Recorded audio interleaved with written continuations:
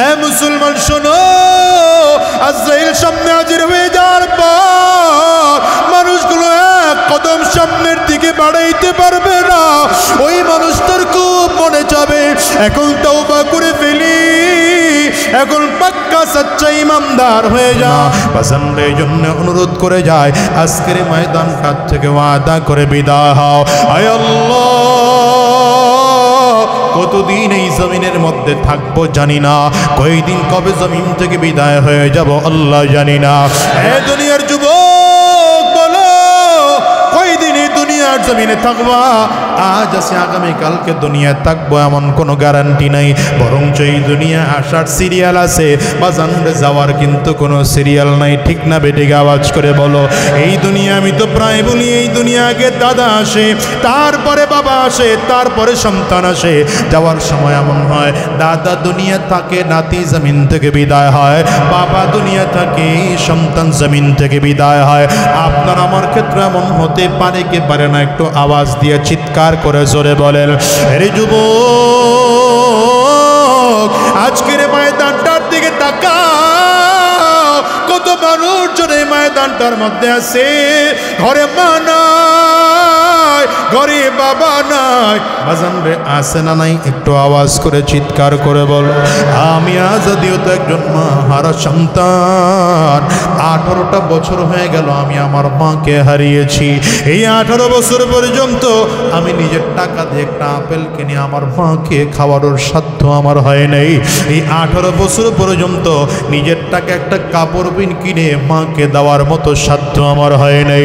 বাজান রে, এই মাহফিলটা শেষ করে বাসায় যাইবা, দরজার মধ্যে টোকা লাগাইবা, হয়তো দরজার মধ্যে টোকা দিলে তোমাদের মা দরজা খুলবে, আমি বাসায় গিয়া দরজার মধ্যে টোকা দিলে আমার মা দরজা খুলবে না। বাজান রে, আজকের এই মজলিসটার মধ্যেও আমার মতো মা নাই। কার কার একটু হাতটা উঁচা করে দেখাও।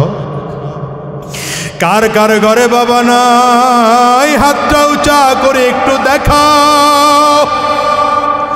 হাতগুলো তুলে রাখেন আমার যুবকেরা, দুঃখী মানুষদের চেহারাগুলোর দিকে একটু তাকিয়ে দেখুন। এই যুবক রে, মানুষগুলোর চেহারার দিকে একটু তাকাও। এতগুলো মানুষ হাত তুলেছে, এদের কারো ঘরে মা নাই, আবার কারো ঘরে বাবা নাই, কারো ঘরে আব্বা মা দুজনের কেউ নাই। এরাও বাসায় গিয়ে যখন দরজার মধ্যে টোকা লাগাবে, মা তাদের দরজা খুলবে না, বাবা তাদের দরজা খুলবে না। যুবককে তাকিয়ে দেখো, কারো চক্ষু দুইটা লাল হয়ে গেছে, কারো চোখের কোটায় পানি জমে গেছে, আবার কারো গাল বেয়ে পানিগুলো জমিনের মধ্যে পড়ে। এই মানুষগুলো আজকে জিজ্ঞাসা করো, মা না থাকে কত কষ্ট। যুবক রে, এমন একটা দিন আসবে, তোমার আমার মা আর বাবার মতো তোমাকে আমাকেও জমিন থেকে বিদায় হয়ে যেতে হবে। সাবধান, রব্বে করিম তো বারবার করে বলে দিয়েছেন, ওয়ালা তামুতুন্না ইল্লা ওয়া আনতুম মুসলিমুন। আল্লাহ তাআলা তো বলেই দিয়েছেন, মুসলমান না হইয়া জমিন থেকে মৃত্যুবরণ করো না, মুসলমান না হইয়া মৃত্যুবরণ করো না। বাবা, ব্যাপারটা কিন্তু এমন নয় আগে মুসলমান হব এরপরে মৃত্যুবরণ করব, এমন কিন্তু নয়। মরণ কারো হাতে না, আজরাইল পেছনে ঘুর ঘুর ঘুর ঘুর ঘুর ঘুর করে ঘুরে কোন দিন যেন মালিকের আদেশ হয়, আর কোন দিন যেন আজরাইল সামনে এসে দাঁড়িয়ে যায়। এ মুসলমান শোনো, আজরাইল সামনে হাজির হয়ে যাওয়ার পর মানুষগুলো এক কদম সামনের দিকে বাড়াইতে পারবে না। ওই মানুষটার খুব মনে যাবে এখন তওবা করে ফেলি, এখন পাক্কা সচ্চা ইমানদার হয়ে যা। বাজানরে এই জন্য অনুরোধ করে যায়, আজকের ময়দান ঘাট থেকে ওয়াদা করে বিদায় হও। আয় আল্লাহ, কতদিন এই জমিনের মধ্যে থাকবো জানি না, কয়দিন কবে জমিন থেকে বিদায় হয়ে যাব আল্লাহ জানি না। আয় আল্লাহ, তবে যতদিন এই জমিনের মধ্যে থাকবো আর হারাম রাস্তায় কদম বাড়াবো না, শয়তানি রাস্তায় কদম বাড়াবো না, গুনাহের পথের মধ্যে আর কদম বাড়াবো না, আর হারাম রাস্তায় কদম দাঁড়াবো না। আয় আল্লাহ, যতদিন এই জমিনের মধ্যে থাকবো তোমার গোলামি করে করে চলবো, নবীজির আদর্শ মেনে মেনে চলবো, কোরআন ও সুন্নাহ অনুযায়ী নিজের জীবনটাকে সাজাবো। কারা কারা তৈয়ার বাজান গো? দুইটা হাত উঁচা করে আমার আল্লাহকে দেখাও। আওয়াজ দিয়ে চিৎকার করে জোরে বলো আল্লাহ।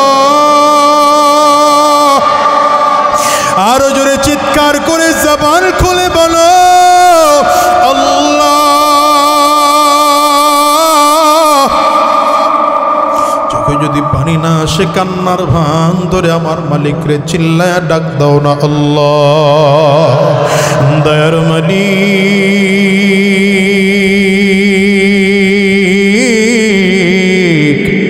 দুইটা হাত উঁচু করলাম আর হারাম রাস্তায় কদম বাড়াবো না, আর শয়তানি রাস্তায় কদম বাড়াবো না, আর গুনাহের পথে চলবো না। আল্লাহ তুমি কবুল করে নাও, কবুল করে নাও। জবান খুলে বলো আমিন।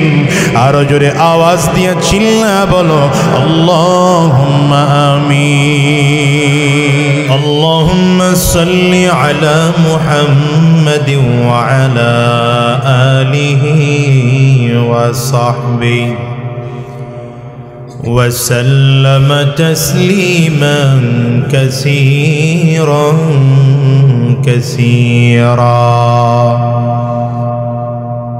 أما بعد فأعوذ بالله من الشيطان الرجيم.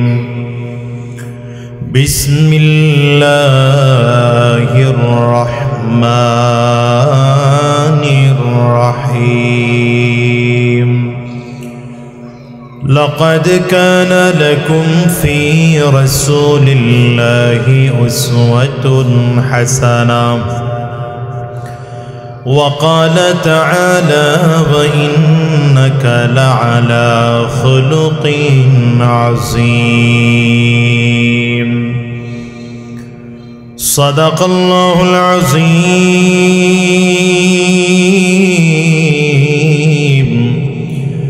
وصدق رسوله النبي الكريم ونحن على ذلك من الشاهدين والشاكرين والحمد لله رب العالمين. سبحانك لا علم لنا إلا ما علمتنا إنك أنت العليم الحكيم. رب اشرح لي صدري ويسر لي أمري واحلل عقدة من لساني يفقه قولي. যে আয়াতে কারিমা তিলাওয়াত করেছে আল্লাহ রাব্বুল আলামিন বলেন, লাকাদ কানা লাকুম ফি রাসূলিল্লাহি উসওয়াতুন হাসানাহ। রব্বে করিম বলেন, গোটা পৃথিবীর মানুষকে উদ্দেশ্য করে লক্ষ্য করে তোমাদের জন্য রয়েছে নবীজির মধ্যে গ্রহণ করার মতো উত্তম আদর্শ। রাসূলুল্লাহ সাল্লাল্লাহু আলাইহি ওয়াসাল্লামকে আল্লাহ তাআলা জমিনে প্রেরণ করেছেন। উদ্দেশ্য হলো গোটা পৃথিবীর মানুষকে নবীজি আখলাক শিক্ষা দিবেন, জান্নাতের পথ দেখাবেন, জাহান্নামের রাস্তা থেকে ফিরিয়ে রাখবেন। এই জন্য নবীজি নিজেই বলেন, বুইসতু লিউতাম্মিমা মাকারিমাল আখলাক, আমাকে উত্তম চরিত্র পরিপূর্ণ করে দেওয়ার জন্য জমিনে প্রেরণ করা হয়েছে। দ্বিতীয় হাদিসে নবীজি বলেন, বুইসতু মুআল্লিমা, আমাকে গোটা জাতির উস্তাদ বানিয়ে দুনিয়াতে পাঠানো হয়েছে। একদিকে নবীজি হলেন উস্তাদ, দ্বিতীয় দিকে নবীজি হলেন আমাদের জন্য উত্তম চরিত্রের মূর্ত প্রতীক। কথা বলে না? পৃথিবীর মানুষ আমার নবীর কাছ থেকে আখলাক গ্রহণ করবে। আল্লাহ তাআলা গোটা পৃথিবীর মানুষকে আখলাক শেখানোর জন্যই জমিনে আল্লাহ তাআলা নবীকে পাঠাইছেন। দেখেন, ইসলামের ইতিহাসে নবুয়তির ৮ম বছরে নামাজ ফরজ হয়েছে। এই নামাজ হলো, আমরা জানি, ঈমানের পরে ইসলামের ২য় নম্বর গুরুত্বপূর্ণ ইবাদত হচ্ছে নামাজ। কথা বলে না? ঈমানের পরে ইসলামের গুরুত্বপূর্ণ আমল কোনটা? নামাজ। কিন্তু নামাজ ফরজ হলো কবে? ৮ বছর পরে। এই ৮ বছর নবীজি উম্মতকে কি শিক্ষা দিয়েছেন? এই ৮ বছর পর্যন্ত গোটা জাতিকে নবী আলাইহিস সালাতু ওয়াস সালাম আখলাক শিক্ষা দিয়েছেন, চরিত্র শিক্ষা দিয়েছেন। কেমন আখলাক হবে মানুষের মধ্যে, চরিত্র কেমন হবে? বাবা হলে সন্তানের সাথে বাবা কেমন আচরণ করবে, সন্তান বাবা মায়ের সাথে কেমন আচরণ করবে, বড় ভাই ছোট ভাইয়ের সাথে আচরণ কেমন হবে, ছোট ভাই বড় ভাইয়ের সাথে আচরণ কেমন হবে, উস্তাদ ছাত্রের সাথে আচরণ কেমন হবে, ছাত্র উস্তাদের সাথে আচরণ কেমন হবে, ইমাম মুসল্লিদের সাথে আচরণ কেমন করবে, মুসল্লি ইমামের সাথে আচরণ কেমন করবে, জনপ্রতিনিধি জনগণের সাথে আচরণ কেমন করবে, জনপ্রতিনিধি জনগণ জনপ্রতিনিধির সাথে আচরণ কেমন করবে, মালিক কর্মচারীর সাথে কেমন আচরণ করবে, কর্মচারী মালিকের সাথে কেমন আচরণ করবে। এই সব আচরণ আর আখলাকগুলোকে পরিপূর্ণ করে দেওয়ার জন্য নবীকে জমিনে পাঠানো হয়েছে। নবী আলাইহিস সালাতু ওয়াস সালামকে নবী হিসেবে মেনে নিতে কারো দ্বিধা ছিল না, কিন্তু নবীর আখলাক গ্রহণ করা তাদের জন্য সবথেকে বড় কঠিন ব্যাপার ছিল। আজও গোটা পৃথিবীতে আপনি খুঁজলে পাবেন নবীকে নবী অনেকেই মানে, কিন্তু নবীর আখলাক গ্রহণ করতে রাজি না। বিশেষ করে এই যুগের যুবকরা মুসলমানের ঘরে জন্মগ্রহণ করেছে, আল্লাহকে রব মানে, নবীকে নবী মানে। তো এই সকল যুবকদের মধ্যেও হাজারো এমন যুবক পাওয়া যায়, লক্ষ কোটি যুবক এমন পাওয়া যায় নবীজির আখলাক, নবীজির চরিত্র নিজের বডির মধ্যে ঢুকাতে পারেনি। কে আছে না নাই? পারিবারিক জীবন থেকে আরম্ভ করে রাষ্ট্রীয় জীবন, সিরত সুরত, লিবাস, পোশাক, আচার ব্যবহার, কথা বার্তা, লেনদেন, সব জায়গায় নবীজির আদর্শ আছে না নাই? সব জায়গায়। আমরা গ্রহণ করতে পারি না কেন? এই জন্য নবীকে নবী বলে মানতে পারিনি। কি কথা কন? আমাদের দেশের একদম জন্মের পর থেকে একজন সন্তানের, বাচ্চার জন্ম থেকে শুরু করে মৃত্যু পর্যন্ত এমন হাজারো ফ্যামিলি বাংলাদেশে পাওয়া যাবে যাদের মধ্যে নবীজির যাররা পরিমাণ আখলাকের ছিটা ফোটা নাই। ওর নাম ইসলামিক হয় নাই। কি আছে না নাই? নামটা কি হয় নাই? ইসলামিক হয় নাই। নাম হইছে হলো বর্তমান যুগের মন মতো নাম। এখন তো কত স্টাইলের নাম রাখে, চাঁদ, সূর্য, আকাশ, বাতাস, ঝর্ণা, পাহাড়, পিস্তল, বুলেট, গুলি। কথা কন না কেন? আরো কত কায়দার নাম। কিন্তু আল্লাহ পাকের কাছে সব থেকে প্রিয় নাম আব্দুল্লাহ এবং আব্দুর রহমান। এই পছন্দের নামটা আপনি রাখতে না পারলে অন্তত একটা ইসলামিক অর্থবোধক নাম তো হওয়া দরকার। কি কথা কন না কেন? সমাজে হিসাব করলে দেখা যাবে এরকম লোক নাই। সমাজের হাজারো মানুষের নামের ঠিক ঠিকানা নাই। নাম তো যা রাখছে ভালো কথা, শিক্ষার অবস্থা মারাত্মক খারাপ। মনের মধ্যে স্বপ্ন লালন করেছে কোনোদিন সন্তানরে হুজুর বানাবো না, তাইলে না খায়া থাকতে হবে। কি কথা কন না কেন? হুজুর হলে না খায়া থাকতে হয়, ঠিক না? হ্যাঁ, আমি তো মাঝে মাঝে বলি যে আপনারা সারা বছর যা চোখেও দেখেন না, চোখেও দেখেন না, আল্লাহর মেহেরবানি ওগুলো আল্লাহ প্রতিদিন আমো করে খাওয়ায়। অনেকে হয়তো মনে মনে বলবেন হুজুর মানুষের বাড়ি খান তো ওটের বান্না। মানুষের বাড়িতে খাইলেও তো আল্লাহ তাআলা ইজ্জতের সাথে খাওয়ান। খানা দুই ধরনের হয়, একটা হলো ইজ্জতের, আরেকটা বেইজ্জতির। কি কথা কন না? আমাদের দেশের নেতারাও খায়, খায় না? কিন্তু খাওয়াটা হলো বেইজ্জতির খানা।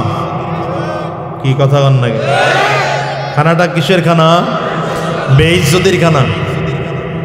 কারণ সামনে আসলে খুব বস বস বস বস, বড় ভাই বড় ভাই, তো যাওয়ার সাথে সাথে এর বিশাল গালি।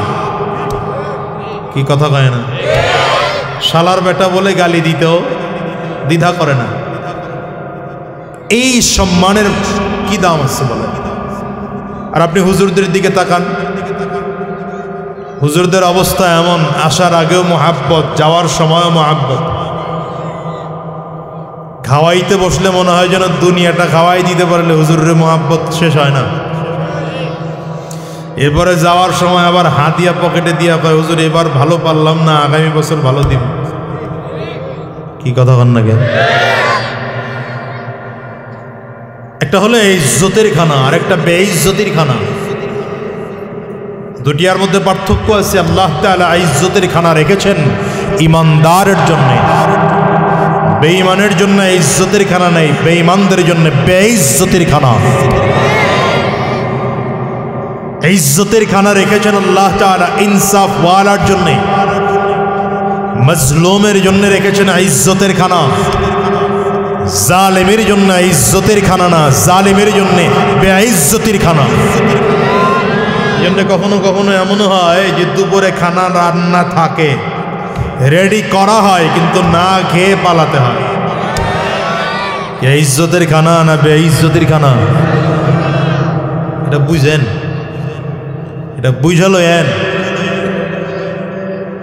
হুজুরদের জন্য কখনো এমন হয় নাই যে হুজুরের জন্য খানা রান্না করা আছে, রেডি করা আছে, না খাইয়া হুজুর পালিয়েছে, এমন হয় নাই। কি কথা হয় না?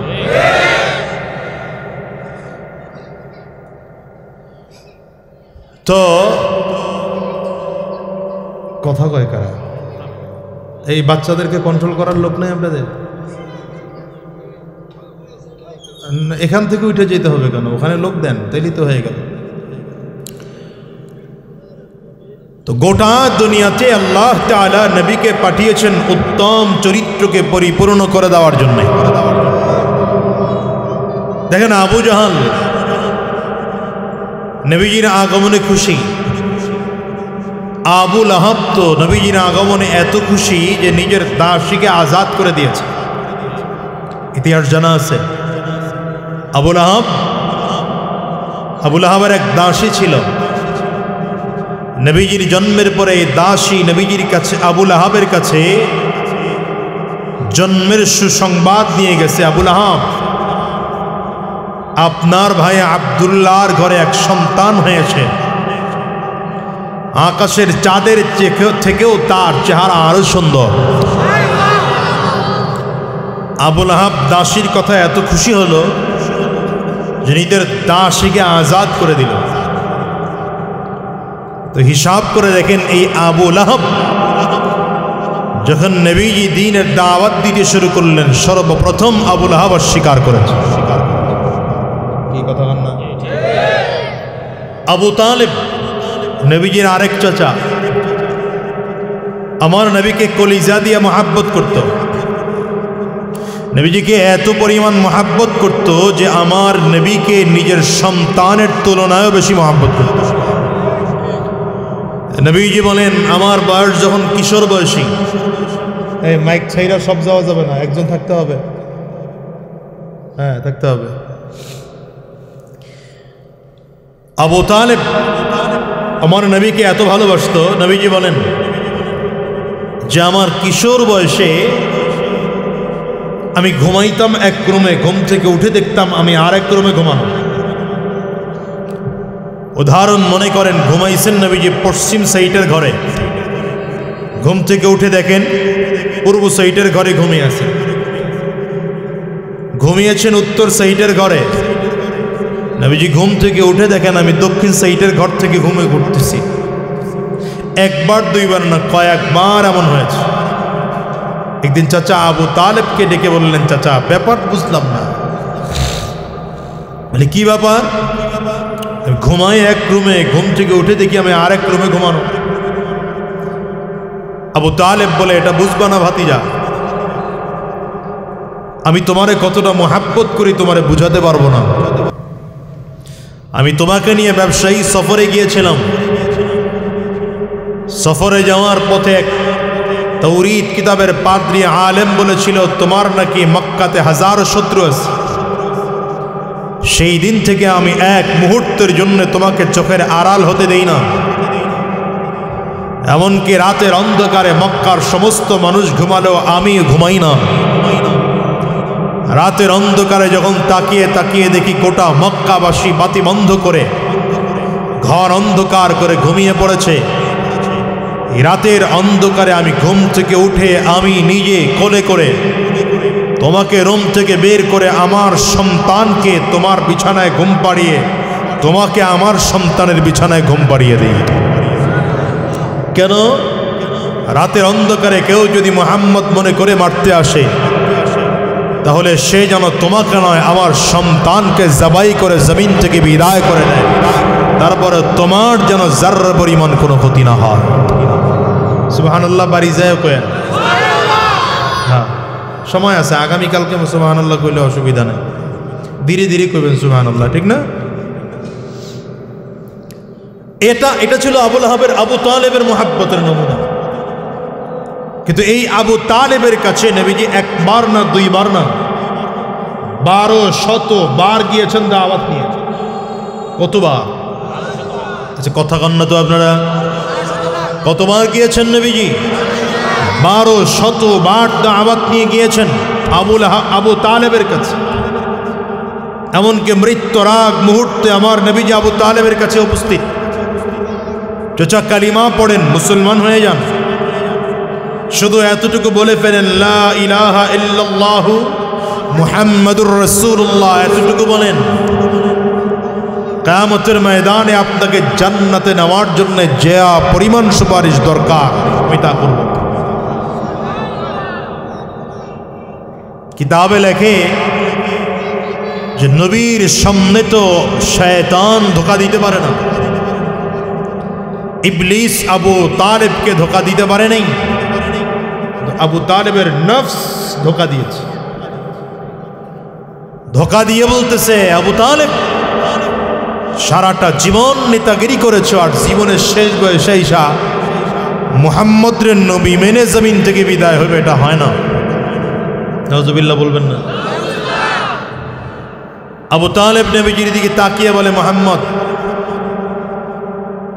আমার দ্বারা তোমাকে নবী মানা সম্ভব না। শেষ পর্যন্ত আবু তালেব জমিন থেকে বেঈমান হয়ে বিদায় হয়ে গেল।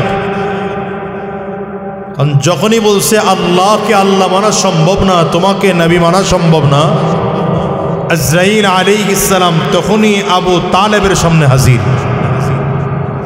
ওই বেঈমান অবস্থায় আজরাইল আলাইহিস সালাম আবু তালেবের জান কবজ করে নিয়ে চলে গেল। নবীজির চেহারা মলিন, মন বেজার। যে চাচা আমাকে এত মহাব্বত করে, এত আদর করে, এত ভালোবাসে, সেই চাচা আজকে বেঈমান হয়ে জমিন থেকে বিদায় হয়ে গেল। নবীজির চোখ দিয়ে পানি পড়তেছে, চেহারা মলিন। আবু তালেবের বাড়ির থেকে নবীজি বের হচ্ছেন।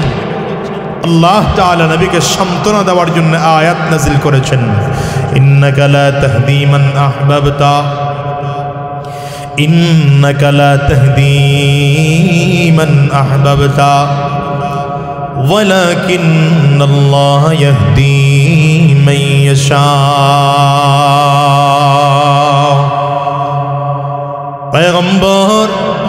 আপনি যাকে মোহাব্বত করবেন চাইলেই তাকে আপনি হিদায়াত দিতে পারবেন না।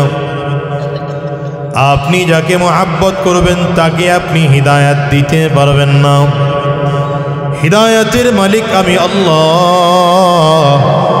আমি আল্লাহ তাআলা যাকে চাইব আমি আল্লাহ তাআলা তাকে হিদায়াত দান করব। বলেন হিদায়াতের একমাত্র মালিককে আঙ্গুল উঁচা করে জবান করে চিৎকার করে জোরে বলেন, আরো জোরে আওয়াজ করে আঙ্গুল উঁচা করে বলেন হিদায়াতের একমাত্র মালিককে। আরো জোরে বলেন কে?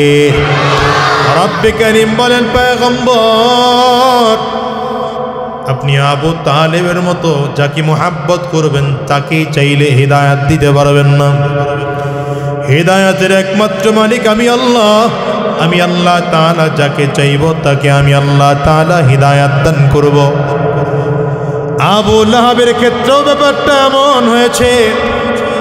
নবীজি যখন পাহাড়ের চূড়ায় উঠে গোটা মক্কাবাসীকে ডেকে বললেন, ইয়া আইয়ুহান নাস কুলু লা ইলাহা ইল্লাল্লাহ তুফলিহুন। নবীজি মক্কাবাসীকে দাওয়াত দিচ্ছেন, মক্কার মানুষেরা সবাই মিলে স্বীকার করে নাও এক আল্লাহ ব্যতীত গোটা পৃথিবীর মধ্যে আর কোনো রব নাই। এক আল্লাহ ব্যতীত আর গোটা পৃথিবীর মধ্যে কেউ ইলাহ নাই। এক আল্লাহ ব্যতীত গোটা পৃথিবীর মধ্যে আর কেউ মাহবুদ নাই। এই কথা দিল থেকে স্বীকার করে নাও। যখনই আমার নবী দাওয়াত দিয়েছেন, মক্কার মানুষগুলোকে ডেকে ডেকে আমার নবী যখন দাওয়াত দিচ্ছিলেন, আবু লাহাবও সেখানে একত্রিত হয়ে গেল। আবু লাহাব নবীজির দিকে ইশারা করে বলেন, তাফসীর ইবনে কাসীরের মধ্যে এসেছে আবু লাহাব নবীজির দিকে আঙ্গুলের ইশারা করে ডেকে বলল, তাব্বাল্লাকা ইয়া মুহাম্মদ আলিহাযা জামা'তানা।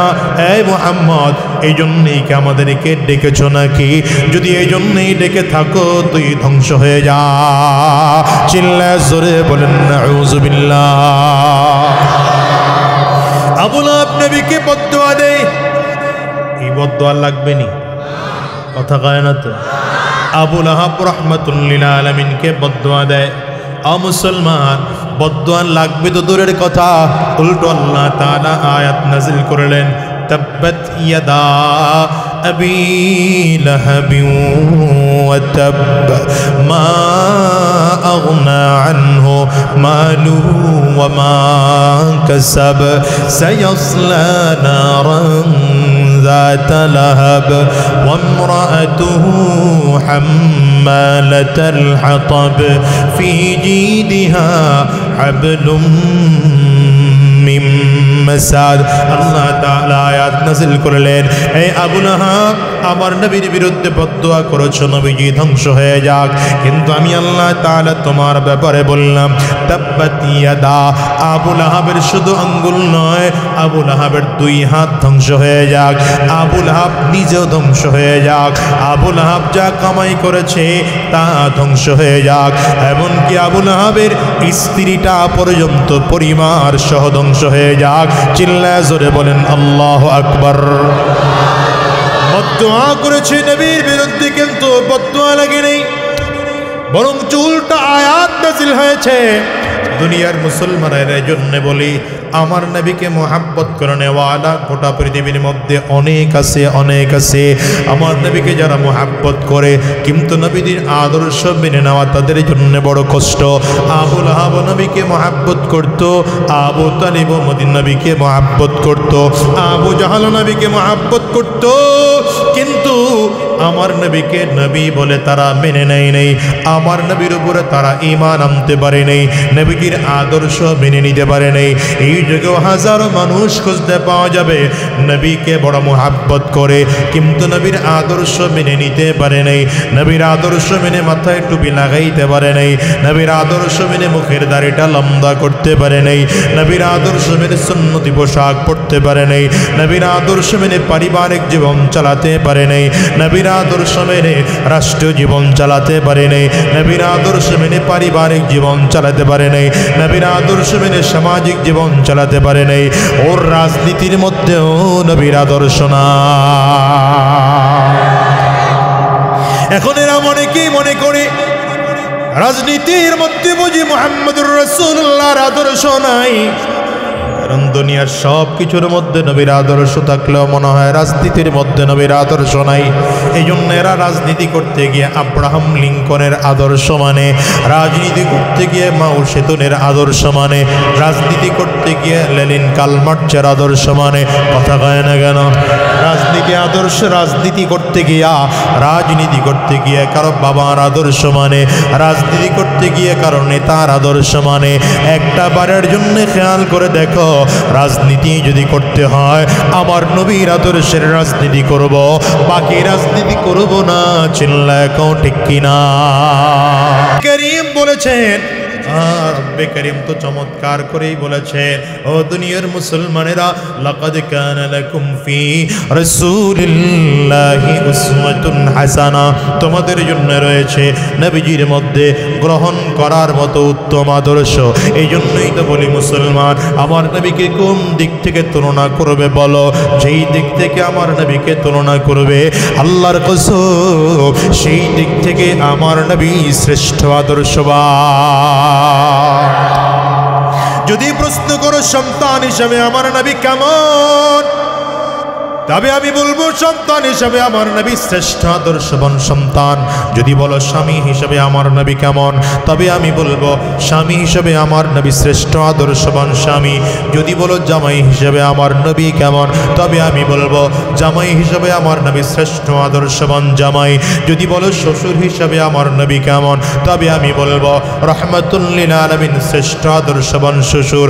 যদি বলো বাবা হিসাবে আমার নবী কেমন, রাহমাতুল লিল আলামিন শ্রেষ্ঠ আদর্শবান বাবা। যদি বলুন নাতি হিসাবে আমার নবী কেমন, রাহমাতুল লিল আলামিন শ্রেষ্ঠ আদর্শবান নাতি। যদি বলুন নানা হিসাবে আমার নবী কেমন, রাহমাতুল লিল আলামিন শ্রেষ্ঠ আদর্শবান নানা। যদি বলো দাদা হিসাবে আমার নবী কেমন, তো রাহমাতুল লিল আলামিন শ্রেষ্ঠ আদর্শবান দাদা। যদি বলো বন্ধু হিসাবে আমার নবী কেমন, তো রাহমাতুল লিল আলামিন শ্রেষ্ঠ আদর্শবান বন্ধু। যদি বলো নেতা হিসাবে আমার নবী কেমন, রাহমাতুল লিল আলামিন শ্রেষ্ঠ আদর্শবান নেতা। যদি বলো রাজনৈতিক ব্যক্তিত্ব হিসাবে আমার নবী কেমন, রাহমাতুল লিল আলামিন শ্রেষ্ঠ আদর্শিক রাজনৈতিক ব্যক্তিত্ব। যদি তুমি প্রশ্ন করো আমার নবী প্রেসিডেন্ট হিসাবে কেমন, তবে আমি বলবো রাহমাতুল লিল আলামিন গভর্নমেন্ট অফ মদিনার শ্রেষ্ঠ আদর্শবান প্রেসিডেন্ট আমার নবী। এই চিল্লা আওয়াজ করে বলো ঠিক কিনা? वो मेरा नबी मेरा नबी है, वो मेरा नबी मेरा नबी है। बोले वो मेरा नबी मेरा नबी है, वो मेरा नबी मेरा नबी है। वो जिसके लिए महफिल कौनैन सजी है, फिरदौस बड़ी जिसके वसीले से बनी है।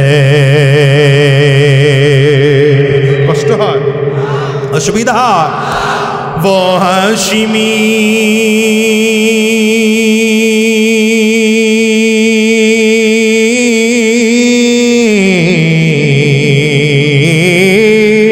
वो हाशिमी मक्की मदनी युल अरबी है, वो मेरा नबी मेरा नबी है। बोलो ना, जबान खोले बोलो ना, वो मेरा नबी मेरा नबी है, वो मेरा नबी मेरा नबी है।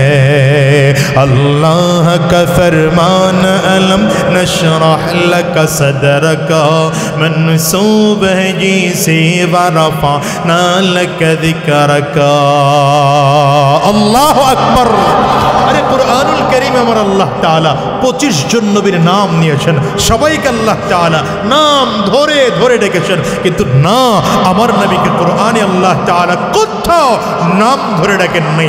আদম আলাইহিস সালামকে কোরআনে আল্লাহ তাআলা ইয়া আদম বলে ডেকেছেন, দাউদ আলাইহিস সালামকে কোরআনে আল্লাহ নাম ধরে ডেকেছেন, ইব্রাহিম আলাইহিস সালামকে আল্লাহ কোরআনে নাম ধরে ডেকেছেন, ইসমাঈল আলাইহিস সালামকে কোরআনে আল্লাহ নাম ধরে ডেকেছেন, ডেকেছেন, নূহ আলাইহিস সালামকে আল্লাহ কোরআনে নাম ধরে ডেকেছেন, কিন্তু নাম আর নবীকে আল্লাহ তাআলা কোরআনের কোথাও ইয়া মুহাম্মদ বলে নাম ধরে ডাকেননি। ডেকেছেন তো আলাদা উপাধি দিয়ে, তাহা বলে ডেকেছেন, ইয়াসিন বলে ডেকেছেন, ইয়া আইয়ুহাল মুজাম্মিল বলে ডেকেছেন, ইয়া আইয়ুহাল মুদ্দাসসির বলে ডেকেছেন।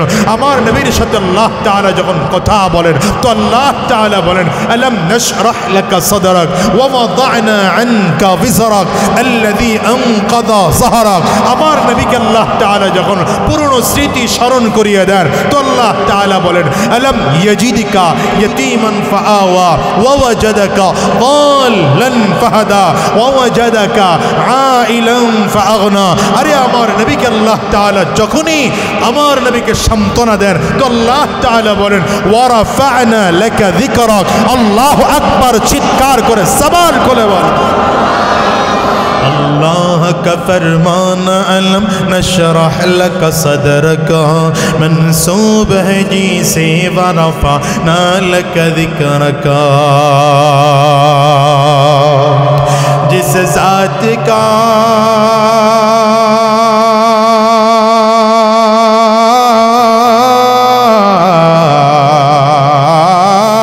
जिस ज़ात का कुरान में भी ज़िक्र जली है वो मेरा नबी मेरा नबी मेरा नबी है। बोलो बोलो वो मेरा नबी मेरा नबी जोरे वो मेरा नबी मेरा नबी मेरा नबी है।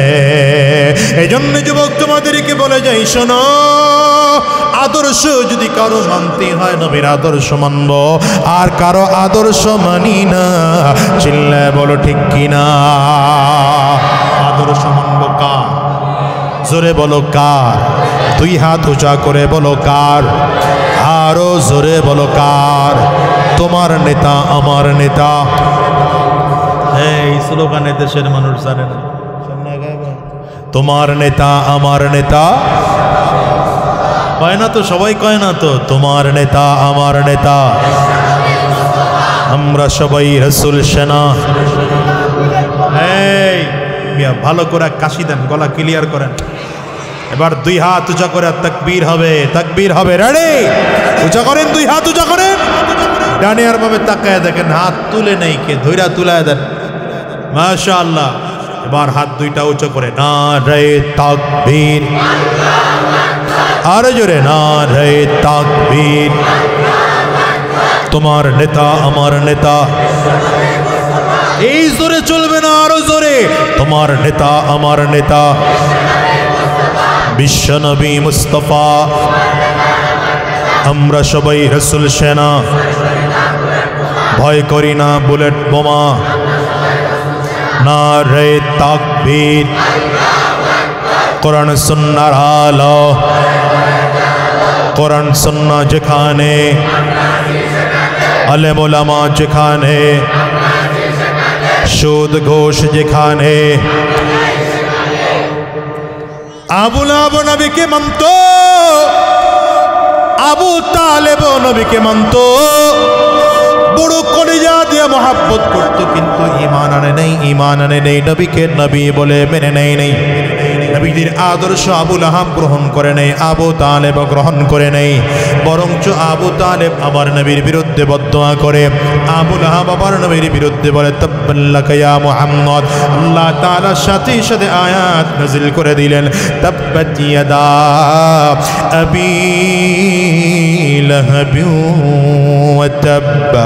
আল্লাহ তাআলা আয়াত নাযিল করলেন, হে আবু লাহাব তুই ধ্বংস হয়ে যা, আমার নবী ধ্বংস হবে না। আজকেও যারা আমার নবীর আদর্শ মানতে চাও না, আর যারা বলতে চাও এই যুগে মুহাম্মদের আদর্শ দিয়ে এদের শাসন করা যায় না, কোরআন দিয়ে এদের শাসন করা যায় না, যারা বলতে চাও মৌলবাদীদের ক্ষমতায় আসতে দেওয়া হবে না, তাদের উদ্দেশ্য বলি তোমাদের কপাল পোড়া কপাল। ঠিক কিনা চিল্লা গো? এই দেশে একদল কোরআনের বিরুদ্ধে বলার লোক আছে না নাই?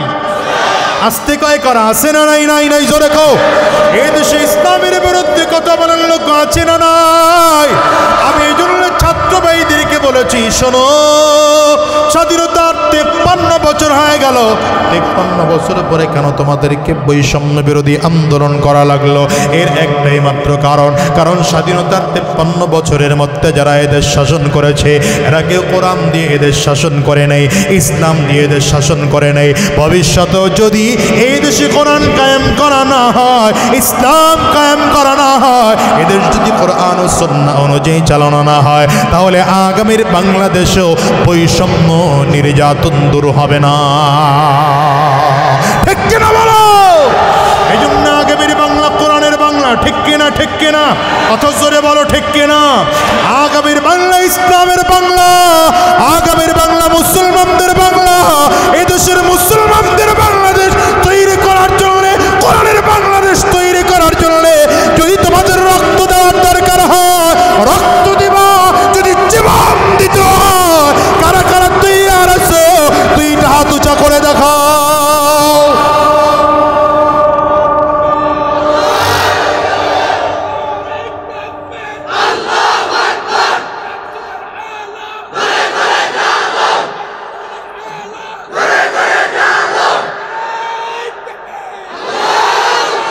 কষ্ট হয় বুঝি আপনাদের? অসুবিধা হয় মনে হয়? আমার ভাইয়েরা, আগামীর বাংলাদেশ কোরআনের করতে তৈয়ার নাই। আমাদের দেশের এখন কিছু লোক বলতে শুরু করেছে মৌলবাদীদের ক্ষমতায় আসতে দেওয়া হবে না। আমি বলি, শোনেন, যিনি পালিয়েছে তিনি মৌলবাদীদের বিরোধিতা করার কারণেই পালিয়েছে। সুতরাং নতুন করে এই সুর কেউ বাজাইতে যাইয়েন না, তাইলে পালানোর রাস্তাও বাংলাদেশে পাবেন না। আরে মৌলবাদ কাকে বলে বলেন তো? যে আল্লাহকে বিশ্বাস করে, যে নবী মুহাম্মদুর রাসূলুল্লাহকে বিশ্বাস করে, যে কোরআনকে বিশ্বাস করে, সেই তো মৌলবাদ। ঠিক কিনা বলো? বলেন, এখানে আল্লাহকে বিশ্বাস করেন না কে? হাত উঁচা করে বলেন। কথা কয় না তো? আছেন এখানে কেউ নবী মুহাম্মদুর রাসূলুল্লাহকে নবী বলে বিশ্বাস করেন না? এখানে কেউ আছে? কোরআনকে কেউ বিশ্বাস করেন না মনে আছেন এখানে? তাহলে আমরা সব মৌলবাদ। ঠিক কিনা বলে? এদেশ মৌলবাদীদের দেশ, এদেশ কোরআনওয়ালাদের দেশ, বেঈমান জালেমদের দেশ না। জিন্দাবাদ জিন্দাবাদ এই ইসলামী মৌলবাদ, মূল ছাড়া সব ভ্রান্তবাদ। মুর্দাবাদ মুর্দাবাদ জিন্দাবাদ জিন্দাবাদ। বলেন না, জিন্দাবাদ জিন্দাবাদ এই ইসলামী মৌলবাদ, মূল ছাড়া সব ভ্রান্তবাদ। মুর্দাবাদ মুর্দাবাদ জিন্দাবাদ জিন্দাবাদ। কষ্ট হয়, অসুবিধা হয়। দুপাওয়ালা পশুরা মানুষ থেকে পড়ছে বাদ, শত্রুর বলি শিখে নিজের বাপকে বলছে মৌলবাদ। দুপাওয়ালা পশুরা মানুষ থেকে পড়ছে বাদ, শত্রুর বলি শিখে নিজের বাপকে বলছে মৌলবাদ। জন্ম মৃত্যু সবই ওদের, বল ছাড়া তাই নাই কো ঠিক। ধর্মে নাস্তিক জন্ম যার, ছুটছে ওরা দিক বিদিক। মূল ছাড়া সব পরগাছা আর রস ভ্রান্ত মতবাদ, মূল ছাড়া সব পরগাছা আর রস ভ্রান্ত মতবাদ। মানুষ নাকি বানর জাতি, ডারউইনের ভ্রান্তবাদ। জিন্দাবাদ জিন্দাবাদ ইসলামী মৌলবাদ, মূল ছাড়া সব ভ্রান্তবাদ। মুর্দাবাদ মুর্দাবাদ জিন্দাবাদ জিন্দাবাদ জিন্দাবাদ জিন্দাবাদ জিন্দাবাদ জিন্দাবাদ ইসলামী মৌলবাদ, মূল ছাড়া সব ভ্রান্তবাদ। মুর্দাবাদ মুর্দাবাদ জিন্দাবাদ জিন্দাবাদ। সূরা লাহাব যখন নাজিল হলো, আবু লাহাবের মেজাজ গরম। কার মেজাজ গরম? আবু লাহাবের মেজাজ খুব গরম। আবু লাহাব তার দুই ছেলের ডাক দিছে, একটার নাম উতবা, আরেক ছেলের নাম উতাইবা। নাম কি? যে আপনারা কথা কন না, মনোযোগ ভালো নাই। একটার নাম কি? উতবা, আরেকটার নাম উতাইবা। আশ্চর্যের ব্যাপার হলো, এই আবু লাহাবের দুই ছেলের সাথে আমার নবীর দুইটা মেয়ে বিয়ে দেওয়া ছিল। আরজ হয় নাই, বিয়ে দেওয়া ছিল। আবু লাহাবের উপরে যখন এই আয়াত নাজিল হয়েছে, আবু লাহাব তার দুই সন্তানকে ডাকছে, এই তোরা আমার বাধ্য সন্তান না অবাধ্য সন্তান? তা আবু লাহাবের দুই সন্তান বলে, আমরা বাধ্য সন্তান। বলে, বাধ্য সন্তান যদি হও, তাহলে দেখছ মুহাম্মদের উপরে যে তোর বাপের বিরুদ্ধে আয়াত নাজিল হয়েছে, মুহাম্মদের উপরে কোরআনের সূরা নাজিল হয়েছে তোদের বাবার বিরুদ্ধে, কিছু করার দরকার আছে নি রে? জিজ্ঞাসা করতেছে সন্তানদেরকে। তো সন্তান কয় হ্যাঁ কিছু করার তো দরকার, কি করব বলো? আবুল আহাব বলে করার ব্যাপার হলো 1 নম্বর, যা তোরা গিয়া মুহাম্মদ রে বলবি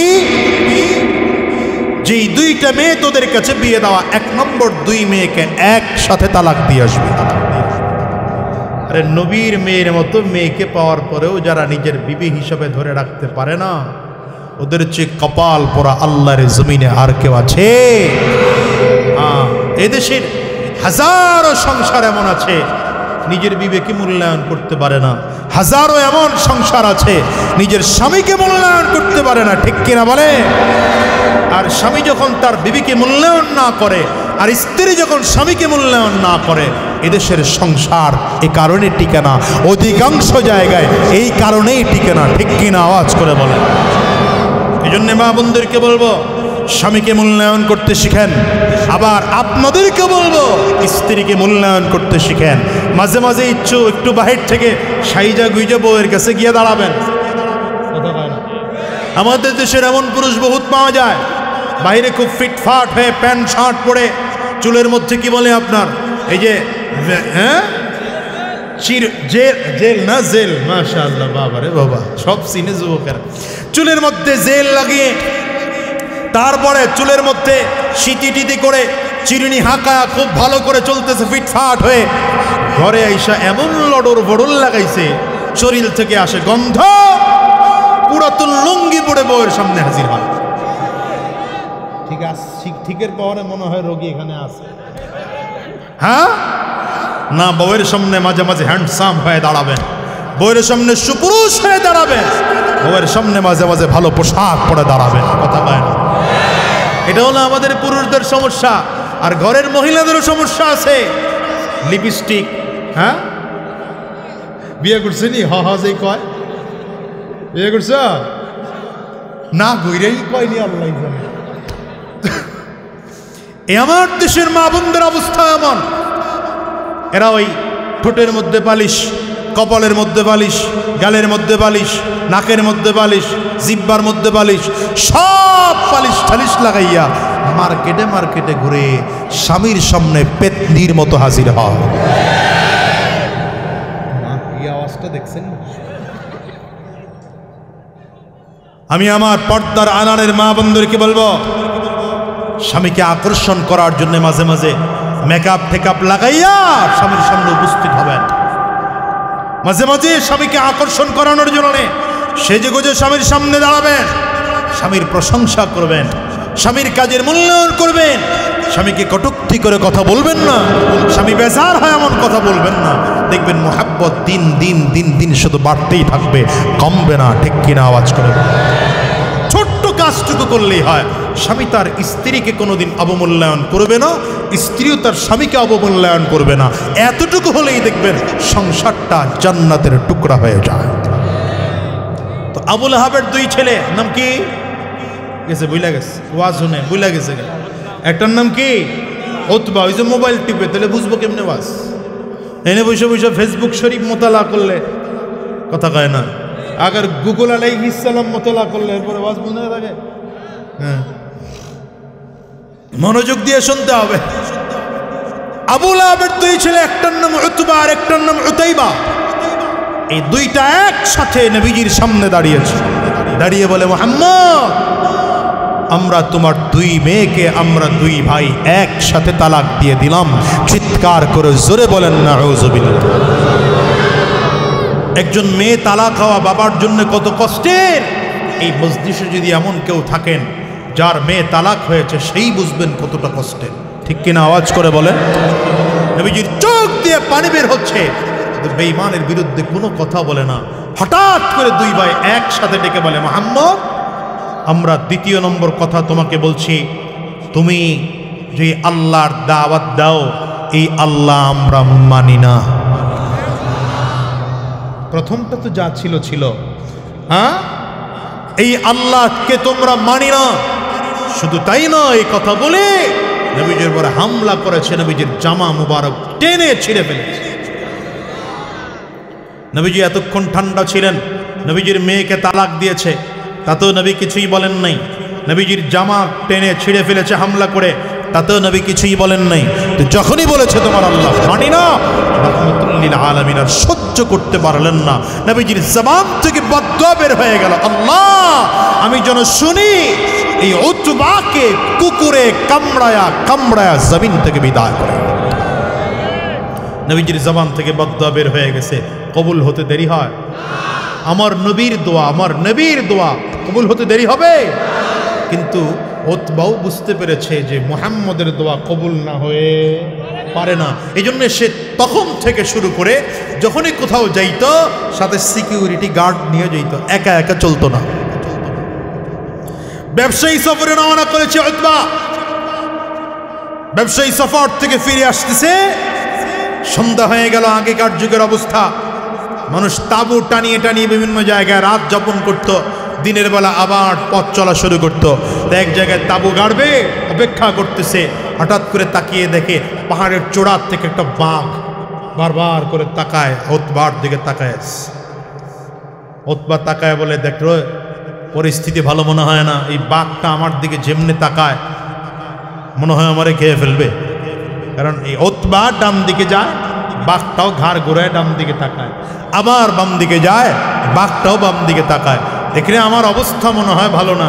একজন দ্বারা একা নেতা, টেনশন করেন না, মুহাম্মদ তো আপনার বিরুদ্ধে বদদুয়া করেছে, কুকুর যেন আপনারে মারে, বাঘের কথা তো কয় নেই। হায়াতুল হাইওয়ান নামক কিতাবের মধ্যে লেখে যে নবীজি কুকুর বলে আসলে বাঘের কথাই বুঝাতে চেয়েছিলেন, কারণ কুকুর আর বাঘের অভ্যাস কিছুটা কাছাকাছি। কুকুরও ছিঁড়ে ফিরে খায়, বাঘও ছিঁড়া ফিরা খায়। আল্লাহর নবী বুঝতে চাইছিলেন বাঘের কথাই, কিন্তু ঘৃণার কারণে নবী জবান থেকে কুকুর শব্দ বের হয়েছে। উতবার বিশ্বাস মুহাম্মদের বদদুয়া এটা বিফলে যাবে না, কবুল হবে। লম্বা কথা, রাত গভীর হয়ে গেল। উতবা বলে, আজকের রাত ঘুমানো যাবে না রে। লোকজন বলে, আপনি আমাদের নেতার ছেলে, আপনি ঘুমাবেন না, এটা হয় নাকি? আপনি ঘুমান, আমরা পাহারার ব্যবস্থা করতেছি। 4 জন পাহারাদার দিয়েছে চারিটা দিক। বুঝেননি কথা? আর উতবারে কোথায় নিয়ে শোইল? যে কাপড়গুলো নিয়ে যাচ্ছিল ব্যবসায়িক সফরে, কাপড়ের বস্তাগুলো একটার উপর আরেকটা, একটার উপর আরেকটা, আরেকটার উপর আরেকটা দিয়ে টাল করেছে। টাল করে উপরের দিকে নিয়ে উতবারে শোয়াইছে। তাদের মনের চিন্তা চেতনা, আমরা রাতের বেলায় পাহারা দেব, বাঘ আর আমাদের কাছে আসবে না। যদি আসেও, বাঘের অভ্যাস হলো আগে যারে পায় তারেই খায়, তো বাঘ তো আর আমাদের এই উতবারে পাবেও না আর খাবেও না। আস্তে আস্তে করে রাত গভীর হচ্ছে, পাহারাদার যে 4 জন ঘুমিয়ে পড়ছে। রব্বে কারীমের কুদরত, পাহাড় চূড়ার থেকে নেমে আসছে।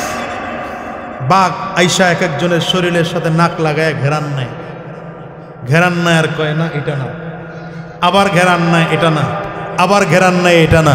এক এক করে করে করে এমন সব ঘেরান নিচ্ছে, কারোটাই পছন্দ হয় না বাঘের।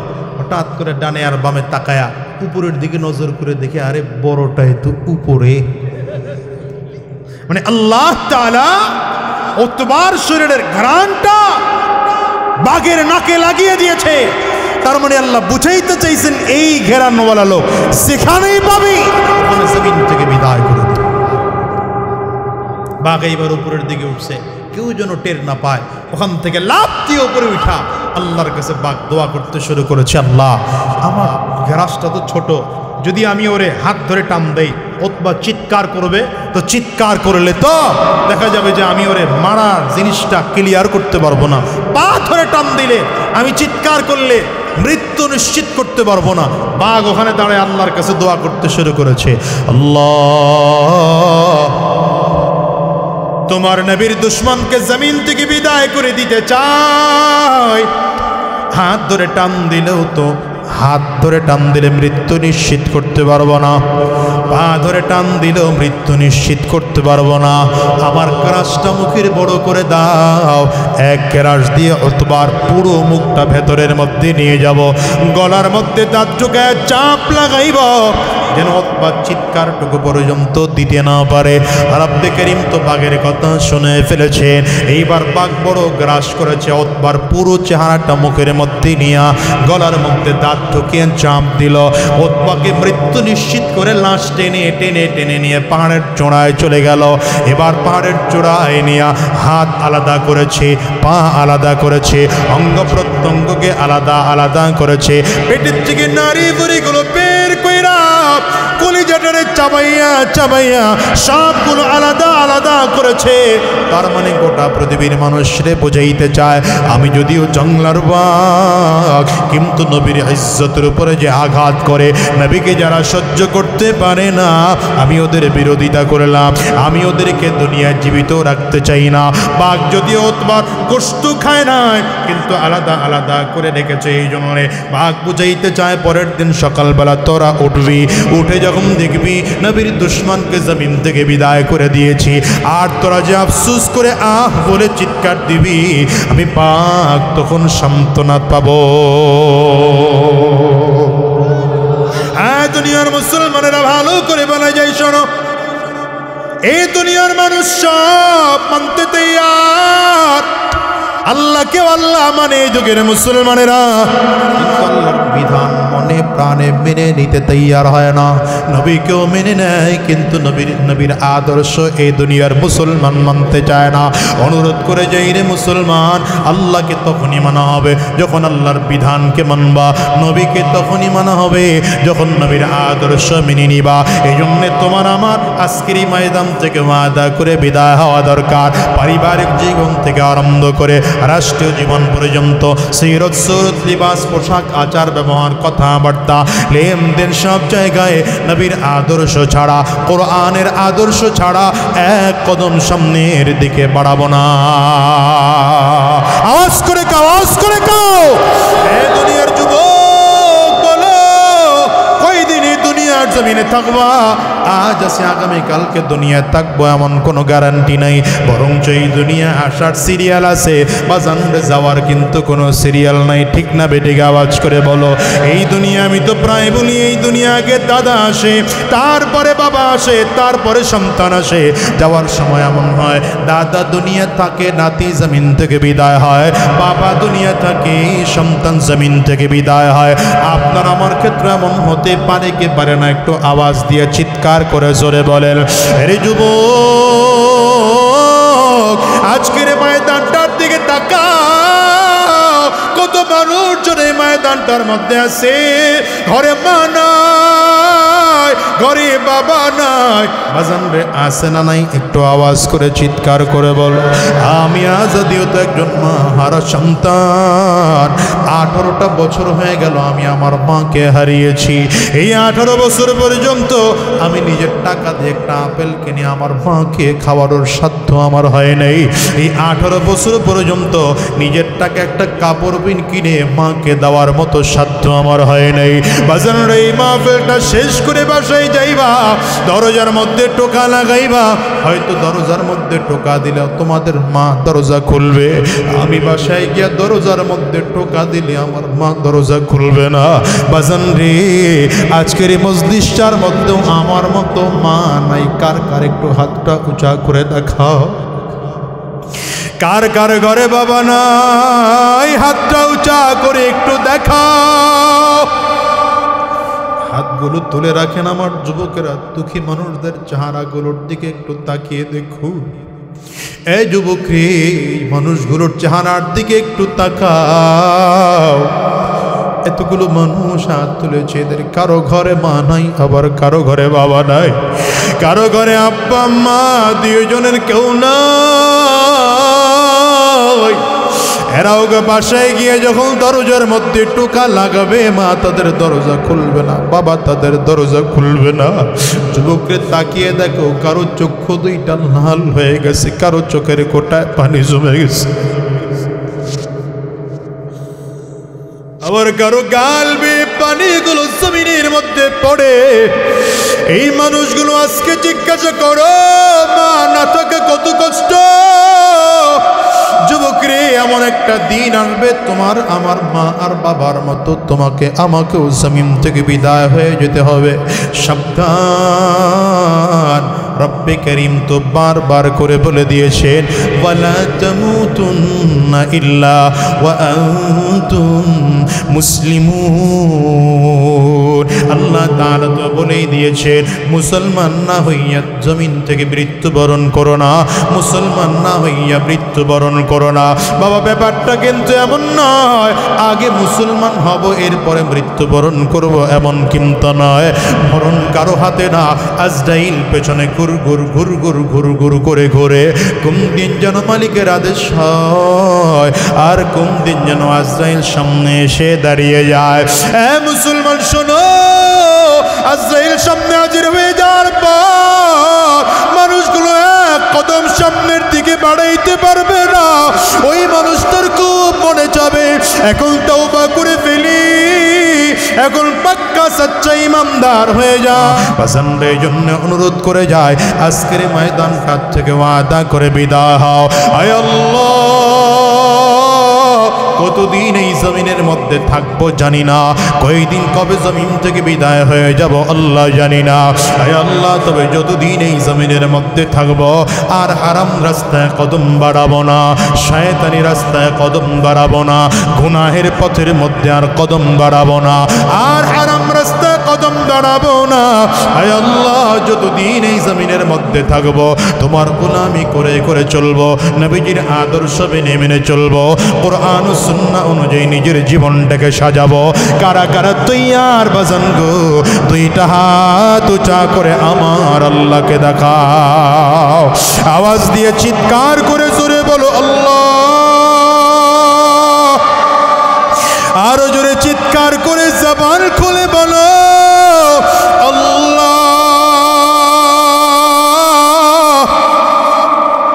চোখে যদি পানি না আসে, কান্নার ভান ধরে আমার মালিক রে চিল্লায়া ডাক দাও না আল্লাহ। দয়ার মালিক,